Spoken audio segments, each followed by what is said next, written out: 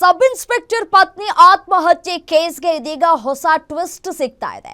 ಪತ್ನಿ ಕಿರುಕುಳಕ್ಕೆ ಬೇಸತ್ತಿದ್ದಂತಹ ಪತಿ PSI ನಾಗರಾಜ್ ಅನ್ನೋದು ಗೊತ್ತಾಗ್ತಾ ಇದೆ. ಪತ್ನಿಯ ಸೈಕೋ ವರ್ತನೆಯಿಂದ ಮನೆ ಬಿಟ್ಟಿದ್ರು PSI.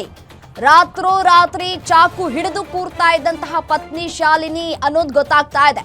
ಬೆಲ್ಟ್ ಅನ್ನ ಹಿಡಿದು ಕತ್ತಿಗೆ ಸುತ್ತಕೊಂಡು ವಿಚಿತ್ರವಾಗಿ ವರ್ತಿಸ್ತಾ ಇದ್ರು.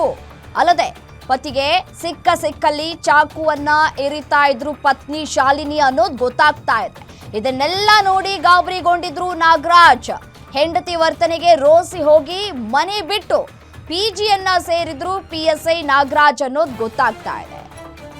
ಪತಿಯ ಕಿರುಕುಳಕ್ಕೆ ಬೇಸತ್ತು ಸುಸೈಡ್ ಮಾಡ್ಕೊಂಡಿದ್ದಾರೆ ಅನ್ನುವಂತಹ ಮಾತುಗಳು ಕೂಡ ಕೇಳಿ ಬರ್ತಾ ಇತ್ತು, ಆರೋಪಗಳು ಕೂಡ ಕೇಳಿ ಬರ್ತಾ ಇತ್ತು. ಬಟ್ ಆದರೆ ಇದೀಗ ಟ್ವಿಸ್ಟ್ ಮೇಲೆ ಟ್ವಿಸ್ಟ್ ಸಿಗ್ತಾ ಇದೆ. ನೋಡಿ, ದೃಶ್ಯದಲ್ಲಿ ಗಮನಿಸ್ತಾ ಇದ್ದೀರಲ್ಲ, PSI ಪತ್ನಿ ಶಾಲಿನಿ ಅವರ ವರ್ತನೆ ಯಾವ ರೀತಿಯಾಗಿ ಇತ್ತು ಈ ಹಿಂದೆ ಅನ್ನೋದು ಗೊತ್ತಾಗ್ತಾ ಇದೆ. ಅತಿರೇಕವಾಗಿ ವರ್ತಿಸ್ತಾ ಇದ್ರು, ಪತ್ನಿ ಕಿರುಕುಳವನ್ನ ಕೊಡ್ತಾ ಇದ್ರು ಅನ್ನೋದಕ್ಕೆ ಇದೀಗ ವಿಡಿಯೋಗಳನ್ನ ಬಿಡುಗಡೆ ಮಾಡಲಾಗ್ತಾ ಇದೆ. ಸಾಕ್ಷಿಗಳು ಕೂಡ ಲಭ್ಯ ಆಗ್ತಾ ಇದೆ.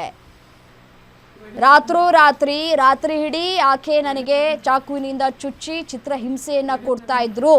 ಅದರ ಜೊತೆಗೆ ಬೆಲ್ಟ್ ಅನ್ನ ಕತ್ತಿಗೆ ಹಾಕೊಂಡು ನಾನು ಆತ್ಮಹತ್ಯೆಯನ್ನ ಮಾಡ್ಕೊಳ್ತೀನಿ ಅಂತ ಹೇಳಿ ನಾಗರಾಜ್ ಪತ್ನಿ ಶಾಲಿನಿ ಬೆದರಿಕೆಯನ್ನ ಹಾಕ್ತಾ ಇದ್ರು ಅನ್ನೋದು ಗೊತ್ತಾಗ್ತಾ ಇದೆ. ಇದೀಗ ಹೆಂಡತಿಯ ವರ್ತನೆಗೆ ರೋಸ್ ಹೋಗಿ ಮನೆ ಬಿಟ್ಟು ಹೋಗಿದ್ರು ನಾಗರಾಜ್ ಅವರು, PGಯನ್ನ ಸೇರ್ಕೊಂಡಿದ್ರು ಅನ್ನೋದು ಗೊತ್ತಾಗ್ತಾ ಇದೆ. ಇದೀಗ ಟ್ವಿಸ್ಟ್ ಮೇಲೆ ಟ್ವಿಸ್ಟ್ ಅನ್ನ ಪಡೆದುಕೊಳ್ತಾ ಇದೆ ಈ ಒಂದು ಪ್ರಕರಣ.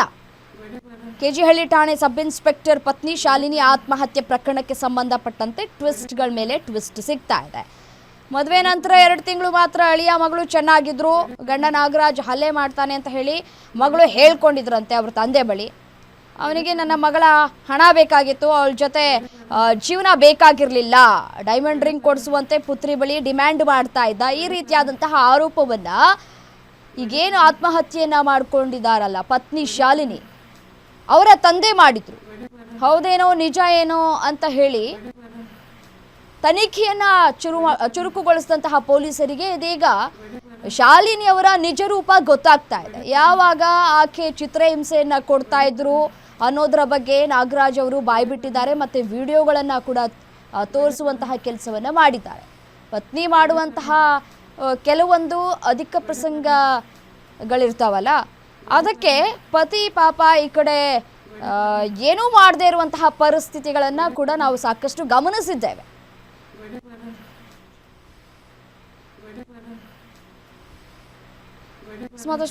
ಮತ್ತಷ್ಟು ಡೀಟೇಲ್ಸ್ ಕೊಡ್ತಾ ಹೋಗ್ತಾರೆ ನನ್ನ ಕಲೀಗ ಅಜಯ್ ಫೋನೋ ಸಂಪರ್ಕದಲ್ಲಿದ್ದಾರೆ. ಏನು ಅಜಯ್, PSI ಪತ್ನಿ ಆತ್ಮಹತ್ಯೆ ಪ್ರಕರಣಕ್ಕೆ ಸಂಬಂಧಪಟ್ಟಂತೆ ಟ್ವಿಸ್ಟ್ ಮೇಲೆ ಟ್ವಿಸ್ಟ್ ಅನ್ನ ಪಡೆದುಕೊಳ್ತಾ ಇದೆ. ನಾಗರಾಜ್ ಮೇಲೆ ಸಾಲು ಆರೋಪವನ್ನ ಮಾಡಿದ್ರು ಅವರ ತಂದೆ, ಅಂದ್ರೆ ಶಾಲಿನಿ ತಂದೆ. ಇದೀಗ ಪತ್ನಿ ಶಾಲಿನಿಯ ಮೇಲೆ PSI ಆರೋಪವನ್ನ ಮಾಡ್ತಾ ಇರೋದು, ಮತ್ತೆ ಒಂದಷ್ಟು ವಿಡಿಯೋಗಳನ್ನ ಕೂಡ ರಿಲೀಸ್ ಮಾಡಿದ್ದಾರೆ.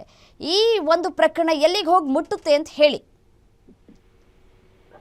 ಖಂಡಿತ, ಅಂದ್ರೆ ಸಬ್ ಇನ್ಸ್ಪೆಕ್ಟರ್ ಪತ್ನಿ ಆತ್ಮಹತ್ಯೆ ಕೇಸ್ ಏನಿತ್ತು ಆ ಒಂದು ಪ್ರಕರಣಕ್ಕೆ ಸಂಬಂಧಪಟ್ಟಂತೆ ಇದೀಗ ಕೆಲವೊಂದಷ್ಟು ಟ್ವಿಸ್ಟ್ ಸಿಗ್ತಾ ಇದೆ. ಯಾಕಂದ್ರೆ ಘಟನೆ ನಡೆದಂತ ಸ್ಥಳಕ್ಕೆ ಈಗಾಗ್ಲೇ ಏನು ಮೃತ ಶಾಲಿನಿ ತಂದೆ ಕೂಡ ಕೆಲವೊಂದಷ್ಟು ಆರೋಪಗಳನ್ನ ಮಾಡಿದ್ದು ನಾಗರಾಜ್ ಮೇಲೆ ಪ್ರಮುಖವಾಗಿ ಇಲ್ಲಿ ಸಾಲು ಆರೋಪಗಳನ್ನ ಮಾಡ್ತಾ ಇದೆ. ಯಾಕಂದ್ರೆ ನಾಗರಾಜ್ ಅವರೇ PSI ನಾಗರಾಜ್ ಅವರೇ ಕೊಲೆಯನ್ನ ಮಾಡಿದ್ದಾರೆ ಅಂತ ಹೇಳಿ ಕೆಲವೊಂದಷ್ಟು ಆರೋಪಗಳನ್ನ ಖುದ್ದು ಶಾಲಿನಿ ಅವರ ತಂದೆ ಒಂದು ಹೇಳಿಕೆಯನ್ನ ಕೂಡ ಕೊಟ್ಟಿದ್ರು. ಮದ್ವೆ ನಂತರ ಕೇವಲ 2 ತಿಂಗಳಷ್ಟೇ ಚೆನ್ನಾಗಿದ್ರು. ಅದಾದ ಮೇಲೆ ನನ್ನ ಮಗಳ ಒಂದು ನೆಮ್ಮದಿಯನ್ನ ಹಾಳು ಮಾಡ್ತಿದ್ರು, ಮಾನಸಿಕವಾಗಿ ದೈಹಿಕವಾಗಿ ಹಲ್ಲೆಯನ್ನ ಮಾಡ್ತಾ ಇದ್ರು. ಕೇವಲ PSI ನಾಗರಾಜ್ ನನ್ನ ಅಳಿಯನಿಗೆ ನನ್ನ ಮಗಳ ಹಣ ಮಾತ್ರ ಬೇಕಿತ್ತು, ಆದ್ರೆ ಆಕೆ ಜೊತೆ ಸಂಸಾರ ಮಾಡೋದಕ್ಕೆ ಆತ ನಡೆಯಿರಲಿಲ್ಲ. ಜೊತೆಗೆ ಕೆಲವೊಂದಷ್ಟು ಹಣವನ್ನ ಬೇಡಿಕೆ ಇಡ್ತಾ ಇದ್ದ, ಡೈಮಂಡ್ ರಿಂಗ್ ಕೊಡಿಸು ಅಂತ ಹೇಳ್ತಾ ಇದ್ದ. ಜೊತೆಗೆ ಮನೆಗೆ ಖರ್ಚಿಗೆ ಬೇಕಾದಂತ ಹಣವನ್ನು ಕೂಡ ಕೊಡ್ತಾ ಇರ್ಲಿಲ್ಲ. ಹೀಗಾಗಿ ಆಕೆ ಕೆಲವೊಂದಷ್ಟು ಜೊತೆ ಅಂದ್ರೆ ಆಕೆ ಜೊತೆ ಗಲಾಟೆಯನ್ನು ಮಾಡುವಂತ ಸಂದರ್ಭದಲ್ಲಿ ಸಾಕಷ್ಟು ಹಲ್ಲೆಯನ್ನು ಮಾಡಿದ್ದ ಅಂತ ಹೇಳಿದ್ದು ನೇರವಾಗಿ ಆರೋಪನ ಮಾಡಿದ್ರು. ಹೀಗಾಗಿ ಶಿವಾಜಿನಗರ ಮಹಿಳಾ ಪೊಲೀಸ್ ಠಾಣೆಗೂ ಕೂಡ ದೂರನ್ನು ಕೊಟ್ಟಿದ್ರು. ನಂತರ ಕೌನ್ಸಿಲಿಂಗ್ ಕೂಡ ಆಯ್ತು.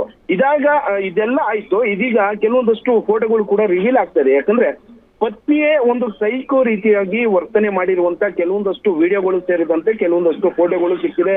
ಚಾಕುನ ಹಿಡಿದು ಮಧ್ಯರಾತ್ರಿ ಒಬ್ಬಳೇ ಎದ್ದೆ ಒಂದು ವಿಚಿತ್ರವಾಗಿ ವರ್ತನೆಯನ್ನ ಮಾಡ್ತಾ ಇದ್ಲು ಅಂತ ಹೇಳಿ ಕೆಲವೊಂದಷ್ಟು ಫೋಟೋಗಳು ಕೂಡ ಈಗ ಸಿಗ್ತಾ ಇರುವಂತದ್ದು. ಜೊತೆಗೆ ಮನೆ ಬಾಡಿಗೆಗೆ ಕೆಲವೊಂದಷ್ಟು ಹಣವನ್ನು ಕೂಡ ನಾನು ಕಳಿಸ್ತಾ ಇದ್ದೆ ಅಂತ ಹೇಳಿ ಸಾಕಷ್ಟು ಡೀಟೇಲ್ಸ್ ನ ಫೋಟೋ ಮೂಲಕವಾಗಿ ಈಗಾಗಲೇ PSI ನಾಗರಾಜ್ ಅವರು ಕೊಟ್ಟಿದ್ದಾರೆ. ಮೇಲ್ನೋಟಕ್ಕೆ ಗೊತ್ತಾಗ್ತಾ ಇದೆ ಇದು ಗಂಡ ಹೆಂಡತಿರ ಮಧ್ಯೆ ಯಾವ ರೀತಿಯಾಗಿ ಸಂಸಾರ ನಡೀತಿತ್ತು ಅನ್ನೋದು. ರಮ್ಯಾ.